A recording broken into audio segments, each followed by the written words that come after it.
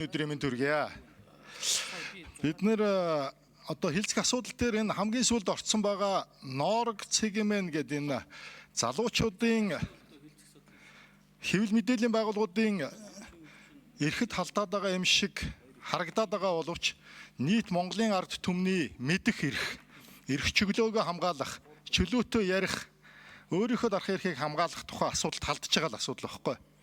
Тэгэхээр Монгол улсад байгаа төрийн эрх барих дээд байгууллагын хүний эрхтэй холбоотой асуудлыг хэлэлцэх энэ байгууллага нь өөрөө өнөөдөр одоо цаг 4:20 болж байна.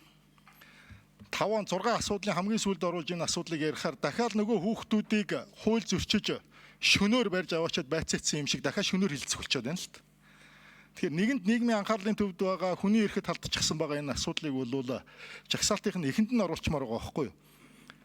Дээрээс нь өнөөдөр хүний эрхийн комисс бас дүгнэлтээ гаргацсан байна. Процессын алдаа гаргасан байна гэж тавьчихсан байна.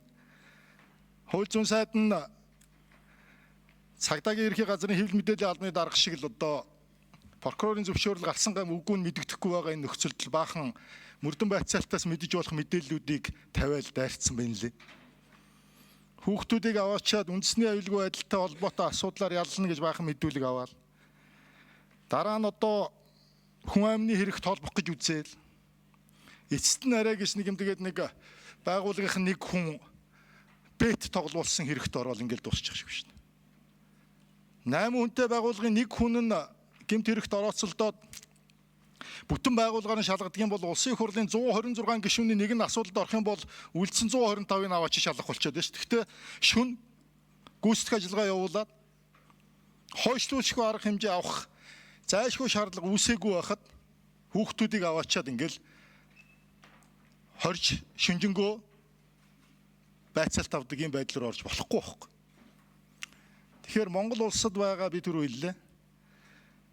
Төрийн эрх байгууллагын, барих дээд байгууллагын хүний эрхтэй холбоотой асуудлуудыг зангидж нэгдсэн бодлогоор удирдах явах ёстой энэ байгууллага өнөөдөр энэ хүний эрхийн асуудлыг, монголчуудын мэдэх эрхийн асуудлыг хамгийн нэгдүгээр игнэнд тавьж хагаад ярьчих. Энийг хүмүүс зүгээр нэг хэдэн хэвлэл мэдээллийн байгууллагуудын асуудал гэж хараад байгаа байхгүй юу? Хэвлэлийн эрхчлөө гэдэг бол Монгол хүн бүрийн эрхчлөө. Хэвлэл нийтлэг эрхчлөө гэдэг бол Монгол хүн бүрийн эрхчлөөг хамгаалах тухай асуудал. Тэгэхээр энийг бид нэр шүн өрөөгөр хилцэж болохгүй. Эрхэм гишүүдээ. Энийг хэдүүлээ нэгдүгээр игнэнд нь оруулаад ярьчих. Хүүхдүүдийг оруулаад ирээ энд. Цагдаагийнхан байгууллагуудыг оруулаад ирээ. Тэр хүний эрхийн комиссыг оруулж ирж байгаа сонсъё л доо. Монголын ард түмэн гэрэл гэгээтэй байгаа дээр энэ хүний эрх зөрчсөн үгүй энэ сэдвийг сонсох л бай. Тэгэхээр хууль зүйн байнгын орны эрхэм гишүүдтэй хандаж энэ 6 дахь дугаарт буюу одоо ингээд 5 асуудал хилцсэний дараа 6 дугаар орж ирэх асуудал чинь харанхуй шөнөөр хилцэх гээд байна. Тэгэхээр энийгээ болёо. Шууд нэгдүгээрт нь аваад хилцээд өгөөч гэдэг хүсэлт гаргая. Ийм одоо гормын санал гаргаж байна. Баярлалаа.